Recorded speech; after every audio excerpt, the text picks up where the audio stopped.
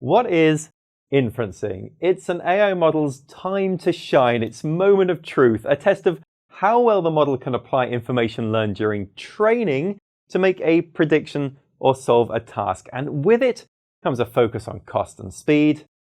Let's get into it. So, an AI model, it goes through two primary stages. What are those? The first of those is the training stage, where the model learns how to do stuff. And then we have the inferencing stage that comes after training. Now, we can think of this as the difference between learning something and then putting what we've learned into practice. So during training, a deep learning model computes how the examples in its training set are related. What it's doing effectively here is it's figuring out relationships between all of the data in its training set.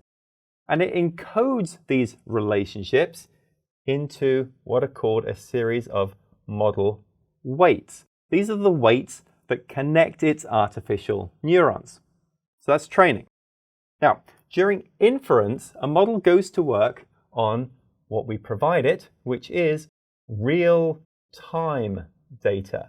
So this is the actual data that we are inputting into the model. What happens at inferencing is the model compares the user's query with the information processed during training and all of those stored weights. And what the model effectively does is it generalizes based on everything that it has learned during training. So it generalizes from this stored representation to be able to interpret this new unseen data in much the same way that you and I can draw on prior knowledge to infer the meaning of a new word or make sense of a new situation. And what's the goal of this? Well, the goal of AI inference is to calculate and output basically a result, an actionable result. So, what sort of result are we talking about? Well, let's consider a model that attempts to accurately flag incoming email. And it's going to flag it based on whether or not it thinks it is spam. We are going to build a spam detector model. Right. So during the training stage, this model would be fed a large labeled data set. So we get in a whole load of data here, and this contains a bunch of emails that have been labeled. Specifically, the labels are spam or not spam for each email. And what happens here is the model learns to recognize patterns and features commonly associated with spam emails. So these might include the presence of certain keywords. Yeah, those ones. So unusual sender email addresses, excessive use of exclamation marks, all that sort of thing. Now the model encodes these learned patterns into its weights here, creating a complex set of rules to identify spam. Now during inference, this model is put to the test. It's put to the test with new unseen data in real time, like when a new email arrives in a user's inbox. The model analyzes the incoming email, comparing its characteristics to the patterns it's learned during training, and then makes a prediction. Is this new unseen email spam or not spam? Now, the actionable result here might be a probability score, indicating how likely the email is to be spam, which is then tied into a business rule. So for example, if the model assigns a 90% probability that what we're looking at here is spam, well, we should move that email directly to the spam folder. That's what the business rule would say. But if the probability the model comes back with is just 50%, the business rule might say to leave the email in the inbox, but flag it for the user to decide what to do. So what's happening here is the model is generalizing. It can identify spam emails even if they don't exactly match any specific example from its training data.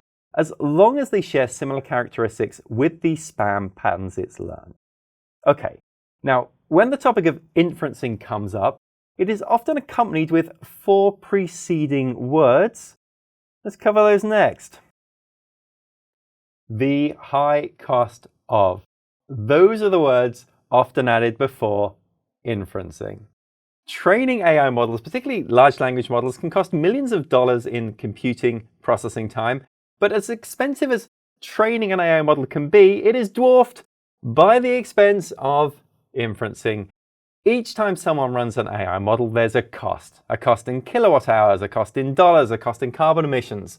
On average, something like about 90% of an AI model's life is spent in inferencing mode. And therefore, most of the AI's carbon footprint comes from serving models to the world, not in training them. In fact, by some estimates, running a large AI model puts more carbon into the atmosphere over its lifetime than the average American car. Now, the high costs of inferencing, they stem from a number of different factors. So let's take a look at some of those. And first of all, there's just the sheer scale, the scale of operations. While training happens just once, inferencing happens millions or even billions of times over a model's lifetime. A chatbot might field millions of queries every day, each requiring a separate inference. Second, there's the need for speed. We want fast AI models. We're working with real-time data here, requiring near instantaneous responses, which often necessitate powerful, energy-hungry hardware like GPUs. Third, we have to consider also just the general complexity of these AI models. As models grow larger and more sophisticated to handle more complex tasks, they require more computational resources for each inference. This is particularly true for LLMs with billions of parameters. And then finally, there is the cost in terms of infrastructure costs. Data centers to maintain and cool, low latency network connections to power. All these factors contribute to significant ongoing costs in terms of energy consumption, hardware wear and tear, and operational expenses. Which brings up the question of if there's a better way to do this faster and more efficiently. How fast an AI model runs depends on the stack. What's the stack? Well, improvements made at each layer can speed up inferencing, and top of the stack is hardware. At the hardware level, engineers are developing specialized chips. These are chips made for AI, and they're optimized for the types of mathematical operations that dominate deep learning, particularly matrix multiplication. These AI accelerators can significantly speed up inferencing tasks compared to traditional CPUs and even to GPUs, and to do so in a more energy efficient way. Now, bottom of the stack, I've put software, and on the software side, there are several approaches to accelerate inferencing. One is model compression. Now that involves techniques like pruning and quantization. So what do we mean by those? Well, first of all, pruning, that removes unnecessary weights from the model. So it's reducing its size without significantly impacting accuracy. And then for quantization, what that is talking about is reducing the precision of the model's weights, such as from 32-bit floating point numbers to 8-bit integers, and that can really speed up computations and reduce memory requirements. Okay, so we've got hardware and software. What's in the middle? Middleware, of course. Middleware bridges the gap between the hardware and the software. And middleware frameworks can perform a bunch of things to help here.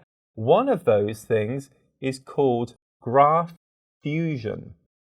And Graph Fusion reduces the number of nodes in the communication graph, and that minimizes the round trips between CPUs and GPUs.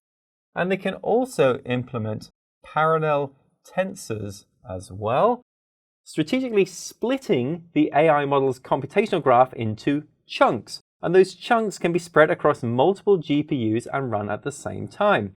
So running a 70 billion parameter model, That requires something like 150 gigabytes of memory, which is nearly twice as much as an NVIDIA A100 GPU holds. But if the compiler can split the AI model's computational graph into strategic chunks, those operations can be spread across GPUs and run at the same time. So that's inferencing. It's a game of pattern matching that turns complex training into rapid-fire problem solving, one spammy email at a time. If you have any questions, please drop us a line below, and if you want to see more videos like this in the future, please like and subscribe. Thanks for watching.